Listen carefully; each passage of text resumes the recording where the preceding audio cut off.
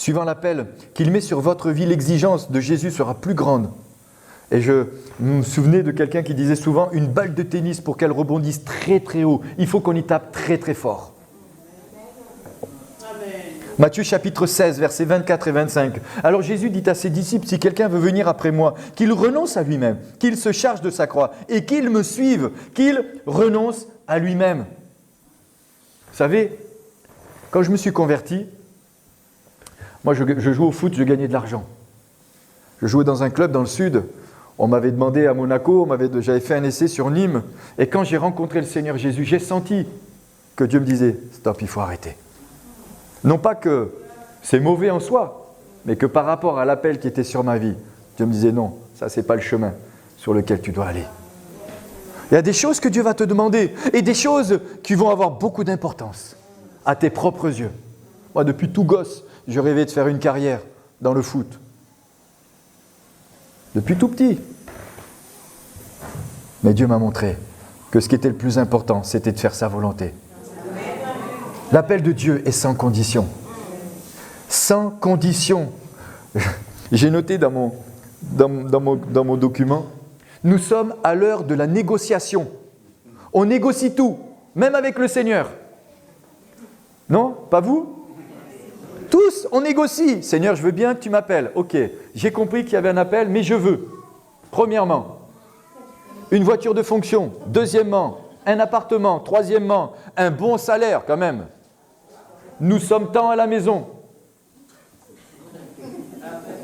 C'est pas vrai? On négocie tout. Seigneur, de préférence, là où il fait chaud, là où il fait beau, que je puisse mettre mes claquettes toute l'année. Où il y a des bonnes mangues. Ou alors que ça ne mangue pas. On négocie, tout négocie, on négocie. C'est comme ça. Moi je vois... Dis, tu veux faire la louange? Allez, change ta coupe de cheveux. Une coupe de cheveux, c'est rien. Une coupe de cheveux, c'est pas beaucoup quand même. Ah, mais il faut se bagarrer. Maintenant tout, il faut rien dire. J'ai un appel. Allez, j'ose. On met les tatouages, on met les casquettes. Mais je sais pas, je vais peut-être me faire des ennemis, mais je vous partage mon cœur. Il ne faut plus rien dire, quoi. Et après, on se dit, mais Seigneur, pourquoi ça ne marche pas? Pourquoi ça ne marche pas? Qu'est-ce qui ne va pas? Peut-être qu'il y a des choses qu'il faut qu'on modifie. Et si au lieu de négocier, on disait, Seigneur, bon, je ne négocie pas, mais je ne dis pas qu'il ne faut pas quand même négocier un peu. Hein. Mais n'empêche qu'aujourd'hui, c'est nous qui faisons le programme au Seigneur. Ça me rappelle quelqu'un... Il y a quelques années en arrière, j'avais une sœur dans l'église. Chaque fois que j'avais rendez-vous avec elle, elle me faisait le listing de tout ce que je devais prier. J'allais la voir, elle me disait, bon, il faut prier pour ça, il faut prier pour ça, il faut prier pour ça. Je dis, ok, allez, on y va. Et puis, on prie pour ça aussi. Ok, bon, à la prochaine fois. Dis, Saint-Esprit, est-ce que je peux dire quelque chose? Non, pas aujourd'hui. Bon, ok. C'était comme ça. Et on fait pareil avec le Seigneur Jésus. Seigneur, un appel sans négociation. Qui en veut? Mais un appel à rentrer dans ce que lui, il veut. Ça, c'est différent. Mais n'empêche que ces missionnaires qu'on a lus tout à l'heure, ils n'ont peut-être pas vu le résultat de là où ils sont allés. Mais dans le ciel, vous croyez qu'ils vont avoir un cabanon?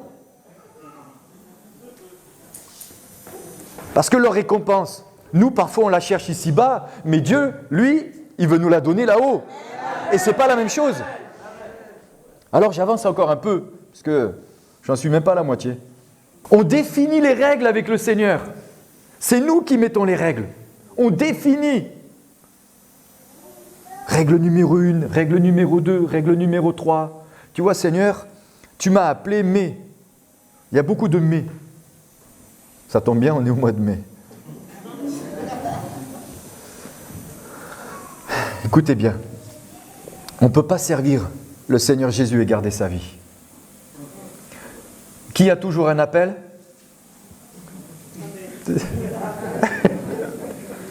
On ne peut pas servir le Seigneur Jésus et garder sa vie. On l'a lu tout à l'heure. Celui qui voudra sauver sa vie la perdra. Mais il n'est pas dit qu'il la retrouvera. Non. Et là, je méditais sur ça encore cette semaine. C'est qu'il a pas dit, le Seigneur ne dit pas « il la retrouvera ». Non, il dit « il la trouvera ». Et ce n'est pas la même chose. Et il y a une différence fondamentale. Il ne la retrouve pas, il la trouve. Et c'est beaucoup plus profond. Alors, bien-aimés, écoutez bien. Celui qui veut venir avec moi, qu'il se charge chaque jour de sa croix, chaque jour, car celui qui voudra sauver la perdra. L'appel de Dieu reste un défi de taille qui n'est pas insurmontable. L'appel de Dieu nous amène à renoncer à certaines personnes. Je peux aller plus loin, vous me le permettez? Franco m'a dit, écoute, tu as ton train à 15h50, ce n'est pas un problème, tu peux aller jusqu'à 15h. Non, ce n'est pas vrai. Écoutez bien, et là je vais vous ouvrir mon cœur aussi. L'appel de Dieu nous appelle à renoncer à certaines personnes. L'appel de Dieu nous appelle à renoncer à certaines personnes. Il y a des personnes qui seront dans notre entourage et qui nous empêcheront de rentrer. Moi, j'ai déjà vu des gens partir. Ils sont partis. Alors, je les vois des fois. Je dis, mais pourquoi tu pars? Ils ne nous disent pas qu'ils partent parce qu'en réalité, d'autres sont partis aussi. Donc, ils les suivent. Ils ne savent même pas pourquoi. Je dis, mais pourquoi tu pars? Ben parce que, ah non, mais on veut faire de la peine à personne. Eh bien, tu vas faire de la peine au Seigneur. Parce que si Dieu te demande de rester, pourquoi tu pars? Parce que tu veux faire plaisir à ceux qui sont partis. Mais t'inquiète pas que le jour où ça viendra, ils te feront la même chose. Exactement pareil. Parce que ce que tu sèmes, tu le récolteras tôt ou tard. Ce que nous semons, nous le récoltons. Si nous semons la vie, nous récoltons la vie. Si nous semons la mort, nous récolterons la mort. Et si nous semons la division, nous la récolterons aussi. Tout simplement. Ce sont des réalités spirituelles. Je vais aller plus loin. Il y a des personnes qui sont parfois toxiques dans notre entourage. Et je crois que parfois, il ne faut pas avoir peur de trancher dans le vif. Il vaut mieux se séparer plutôt que de mourir. Et souvent, on a l'impression que c'est nous qui allons les influencer et en finalité, on se rend compte que c'est eux qui vous influencent. Mais le problème, c'est que quand tu es infecté, c'est trop tard. Parce que ton cœur est pris. Et si ton cœur est pris, pour t'en dégager, il faut beaucoup de repentance. Connaissez l'histoire de Samson? On parle beaucoup de la puissance qui s'est manifestée au travers de Samson. Mais très rarement de ce qui lui a causé sa perte. On va voir ensemble quelques points et après je vais m'arrêter. Samson, waouh, quelle force, quelle puissance. Lui, un Naziréen, un homme à part. Quelqu'un qui est à part. Dans le sein de sa mère, il était déjà à part. Mais n'empêche qu'il avait des failles, il avait des faiblesses.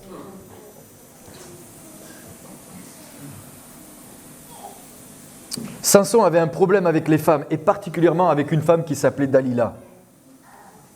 Alors, vous pourrez lire l'histoire dans les Juges, chapitres 14, 15 et 16, pour ceux qui prennent des notes. Mais on va regarder simplement ensemble. C'est un homme à part, c'est un ministère, c'est un homme qui est mis à part pour une action. Il est juge en Israël. Dieu a mis un appel sur sa vie, mais il a une faille dans son cœur. Et, bien aimé, j'aimerais vous dire que qui n'a pas de faille? Qui lève la main, qu'on puisse prier pour lui directement maintenant. Nous pouvons tous avoir des failles. Et le problème, ce n'est pas d'avoir une faille. Le problème, ce n'est pas d'avoir une faiblesse. Le problème, c'est comment tu vas la gérer. Qu'est-ce que tu vas en faire pour justement que cette faille ou cette faiblesse ne t'atteigne pas? C'est ça qui fait la différence. Seigneur, il n'a jamais dit que nous étions parfaits. Moi, souvent, je dis au Seigneur, Seigneur, je ne t'ai jamais dribblé. Tu as toujours su qui j'étais. Mais ce n'est pas parce que Dieu sait qui je suis que je dois rester comme j'étais. Quand il est venu nous chercher, ou quand il vient nous chercher, il vient pour nous transformer. Pour nous rendre, qualifiés pour ce à quoi il nous appelle. Samson épouse une Philistine, ce qui est contraire à la loi juive. Il ouvre déjà une porte spirituelle. Il s'associe à une femme qui n'est pas celle que Dieu voudrait, même si on nous dit que c'est dans le plan de Dieu pour causer un problème aux Philistins. N'empêche que il se marie quand même avec elle. Il ouvre une porte spirituelle. J'ose le dire. Combien de croyantes et de croyants se marient avec un inconverti? Ah, mais je vais l'amener au Seigneur, t'inquiète. Ne te fais pas de soucis, ça va marcher. Ben, vous savez, un jour, j'avais la confession d'un homme. Depuis 1992, il est marié avec une femme. Lui est converti, il aime le Seigneur. Il me disait, mais jamais je conseillerais à quelqu'un d'épouser quelqu'un qui n'est pas chrétien. La nuit même, il est obligé de se lever pour aller prier dans la maison. Et quand il a prié, sa femme lui dit, oh, t'as été long. Hein. Même la nuit, c'est une galère pour venir à l'église. Mais le monde nous fait croire que c'est pas grave. Même parfois certains, mais ne te fais pas de soucis. Il y a des conseillers comme ça. Récemment, on avait un entretien avec une personne, avec Priscille. La dame, elle avait des soucis dans le couple. Elle a vu une conseillère conjugale qui lui a dit, si vous n'arrivez pas avec votre mari, allez voir ailleurs. Non!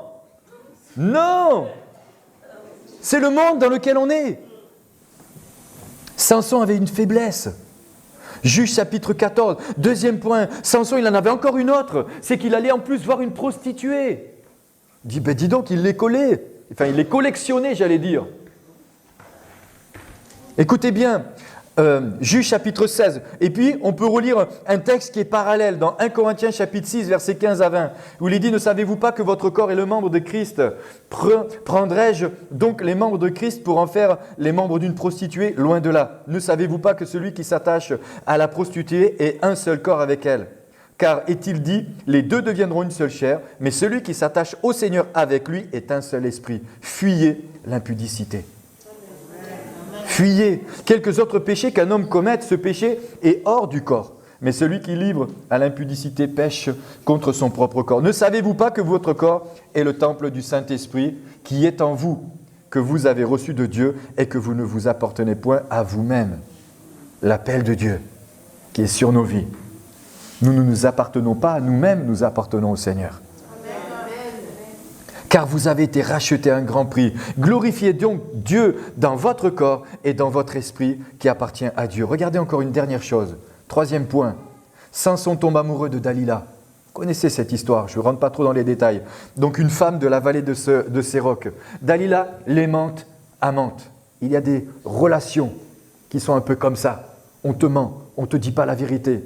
Alors j'ai grossi le trait en épousant quelqu'un, en disant de se marier avec quelqu'un. Mais parfois, c'est simplement dans la relation. On ne te dit pas la vérité. On te dit des choses qui sont fausses.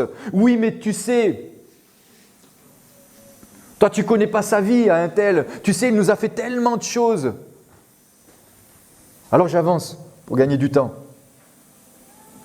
C'est une femme charmante, menteuse et manipulatrice qui a amené un homme à sa perte.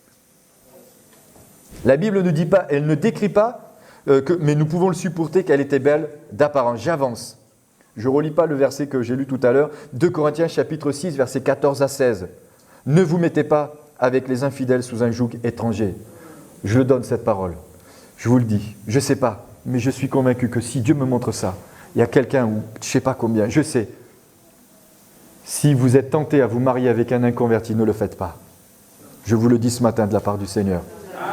Je vous le dis, ne le faites pas. Pardon, je partage ce que j'ai dans mon cœur.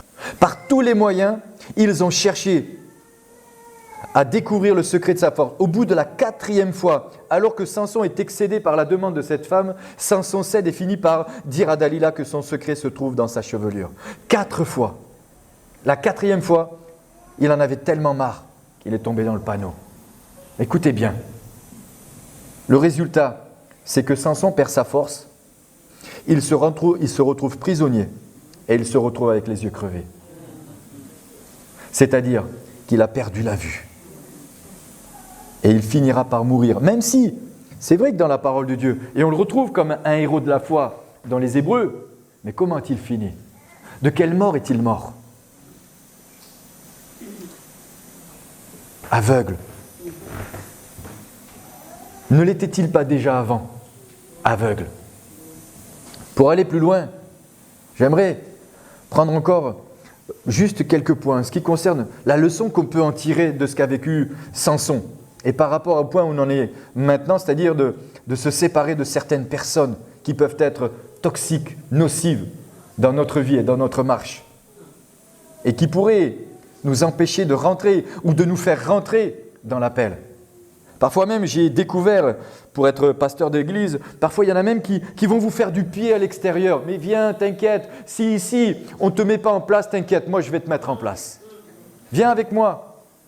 Ah, tu peux y aller, hein. Mais je peux te garantir que très rapide, tu risques d'avoir envie de revenir. Très rapidement. Si tu es tenté de cette façon, moi ce que j'ai constaté, c'est que les temps de Dieu sont les temps de Dieu. Si Dieu il a su parler à l'ânesse de Balaam, rassurez-vous, il saura nous parler. Il saura nous parler. Écoutez bien, premièrement, voici 3 leçons de l'histoire tragique de Samson ou la morale de cette histoire. Fréquentation. Vos fréquentations peuvent vous faire tomber. Vos fréquentations peuvent vous faire tomber.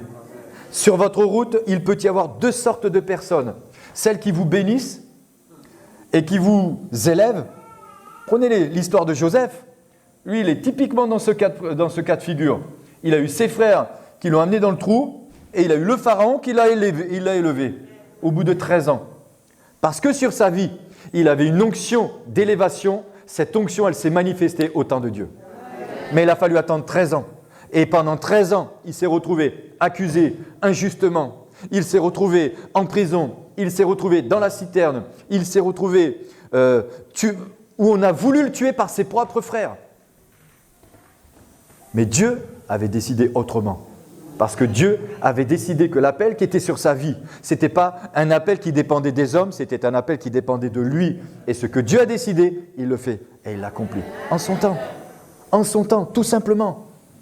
Donc je disais, 2 sortes de personnes, celles qui sont envoyées par l'ennemi pour vous faire tomber. Vous croyez quoi?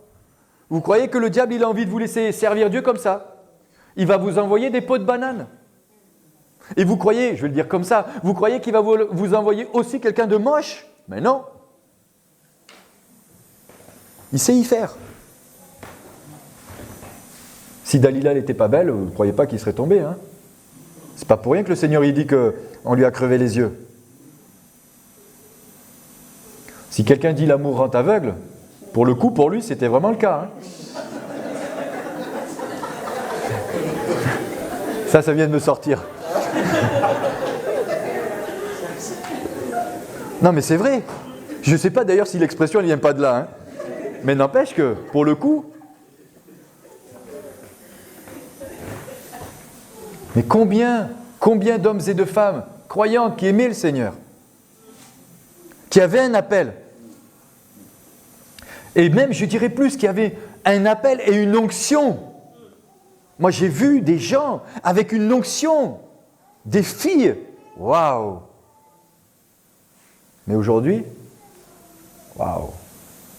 Tu pleures, tu es triste, ça fait mal au cœur. Tu te dis, purée Seigneur, comment le diable les a eus. Alors je sais que c'est jamais fini avec le Seigneur. Mais à quel prix? À quel prix parfois? Alors j'avance. Vous savez, moi j'ai 4 filles, je vous dis que je prie. Je dis Seigneur. Et je leur dis, surtout les filles, surtout, ne me faites pas pleurer. Parce que je pleure déjà assez. Écoutez bien, Samson a complètement été aveuglé par la beauté de Dalila. Complètement aveuglé. Son amour pour cette femme lui a coûté la vie. Dans cette situation, il a complètement manqué de discernement. L'amour rend aveugle, je l'ai dit, mais quand même. D'ailleurs, quelqu'un dit l'amour rend aveugle, mais le mariage rend la vue. Bon, ça, c'est... Je ne sais pas si c'est vrai ou pas, mais c'est juste pour nous détendre 30 secondes. Écoutez bien, c'est quand même dommage de finir de cette manière avec une telle onction. Parce que des fois, on aurait envie de dire, Seigneur, Oh, il y en a dans la Bible, ils ont vécu une manifestation de la puissance de Dieu. Il a pris une mâchoire d'âne fraîche et il a tué 1000 personnes. Et là, tu dis, waouh! Et nous, des fois, on prie pour un mal de tête et ça part pas. Et là, tu te dis, purée Seigneur. Mais c'est terrible. Et là, on est sous l'Ancienne Alliance. On n'est pas dans le Nouveau Testament. Alors, c'est où nous, on a un problème, mais il faut vraiment qu'il se passe quelque chose, quoi. Sachez aussi que vous n'avez pas l'obligation de confier vos secrets à n'importe qui. Vous n'avez pas l'obligation de confier vos secrets à n'importe qui. J'ai pratiquement fini. Écoutez bien, encore une dernière chose, plusieurs choses. Fuyez ceux qui causent des divisions. Fuyez-les. Fuyez-les. Romains chapitre 16, verset 17. Je vous exhorte, frères, à prendre garde à ceux qui causent des divisions et des scandales au préjudice de l'enseignement que vous avez reçu. Éloignez-vous d'eux. Éloignez-vous d'eux. Des fois, on entend, oui, mais les églises se multiplient. Ah bon? Par des divisions. Et ça, c'est de la multiplication. Non, ça, c'est que dans pas longtemps, ça va se multiplier encore. Mais des fois, il n'y a plus rien après.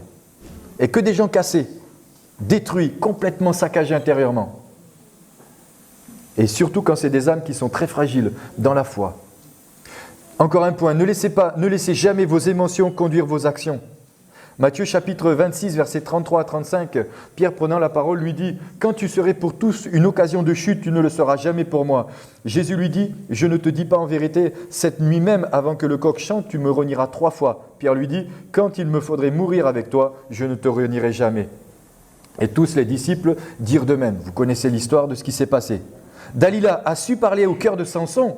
« Si tu m'aimes, si vraiment tu avais de l'amour pour moi. » Le problème de Samson, c'est qu'il est tombé fortement amoureux d'une femme qui ne voulait aucun bien, mais juste sa perte. Si vous avez un appel sur votre vie, le diable le sait. Lui, il veut juste la perte. C'est tout. Le reste, il n'en a rien à faire. Et il sera sans pitié. Il sera sans pitié. Dalila avait bien compris la faille qu'avait Samson. Attention à nos émotions, que nos émotions ne nous conduisent pas à la perdition. Je peux redire, quand j'écris des belles phrases, vous pouvez dire Amen. Hein? Que nos émotions ne nous conduisent pas à la perdition. Amen. Et puis, ne jouez jamais avec le péché, il faut le fuir. Amen. Ne jouez pas. Samson, il a joué, il pensait qu'il était maître. Ah, ça fait 3 fois. Ah. Il a joué, il est tombé. Il a joué, il a perdu. Samson a sous-estimé l'influence de Dalila sur lui. Cette femme avait une stratégie, connaître absolument le secret de Samson. Elle ne l'aimait pas, elle voulait son secret.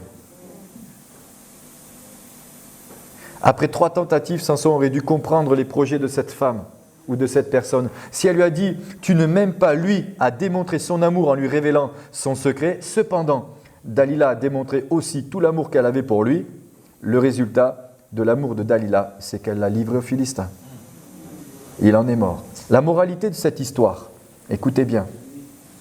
La morale de cette histoire, c'est que malheureusement, nos fréquentations peuvent nous amener dans le mur si nous ne prenons pas garde. Amen. La morale de cette histoire, c'est qu'il y a des personnes toxiques qu'il faut fuir. Amen. La morale de cette histoire, c'est que l'amour pour notre Seigneur doit être plus grand que celui de ceux que nous côtoyons. La morale de cette histoire, c'est que nous ne pouvons pas faire d'alliance avec n'importe qui. La morale de cette histoire, c'est que si nous comptons sur notre péché pour nous apporter l'apaisement, il nous volera toute puissance, toute l'onction. Samson s'est endormi sur les genoux de Dalila. D'accord ? Seul Jésus doit être notre refuge, notre repos et notre paix. Je conclus simplement pour dire que l'appel de Dieu, et j'ai noté, j'étais il y a 2 semaines, j'aime bien aller prier dans la forêt, et j'aime beaucoup prier en langue dans la forêt, et puis j'étais en train de prier dans la forêt, je conclus juste par rapport à ça, je dirais que l'appel au ministère, c'est un appel que Dieu adresse, bien sûr, à des personnes, pour un ministère particulier, selon Éphésiens 4, apôtres, prophètes, évangélistes, pasteurs et enseignants, et je dirais que cet appel qui est là, pour des ministères que Dieu veut former, que Dieu veut envoyer, Dieu veut équiper. Quand j'étais dans la forêt, le Seigneur m'a donné une pensée et j'aimerais vous la livrer ce matin aussi. Cette parole disait que le rôle des ministères n'est pas n'est pas de rentrer dans ses rêves, mais de faire en sorte que les autres rentrent dans leurs rêves. Ouh, là c'est profond, hein. C'est pas de moi, c'est du Seigneur. Mais si on a compris ça, on a compris ce que doit être réellement l'appel au ministère. Et je crois qu'aujourd'hui, il y a beaucoup trop de ministères qui veulent se réaliser, mais qui ne veulent pas faire en sorte que les autres soient élevés. Et bien aimé, j'aimerais dire aussi en tant que pasteur, il y a des moments où on veut faire lever des personnes. Mais le problème qu'on a, c'est qu'on sent que la personne n'est pas encore prête. On sent qu'elle n'a pas l'équipement. On sent que c'est trop tôt. On sent que si on la fait ou on l'expose, ça va la tuer, ça va la détruire, ça va être trop tôt. Et ça, il faut le comprendre. Et ça, il faut l'entendre. Et ça, il faut aussi l'accepter. Quand j'ai reçu l'appel, 3 ans plus tard, je suis parti. Mais je me suis rendu compte que si j'étais parti trop tôt, cet appel m'aurait tué. Dieu sait ce qu'il fait. Et bien aimé, il vaut mieux exercer son appel ou son ministère pendant 3 ans plein potentiel que pendant 15 où il n'y a rien. Nous, on a des jeunes qui se préparent pour partir à Madagascar. On va les faire rentrer dans leurs rêves, mais ils vont nous faire rentrer dans les nôtres. Et eux, envoyés là-bas, ils vont faire rentrer cette génération dans leurs rêves. C'est ça le rôle des ministères. Et si on a compris ça, on a compris qu'on ne travaille pas pour soi, on travaille pour l'œuvre que Dieu nous a appelée.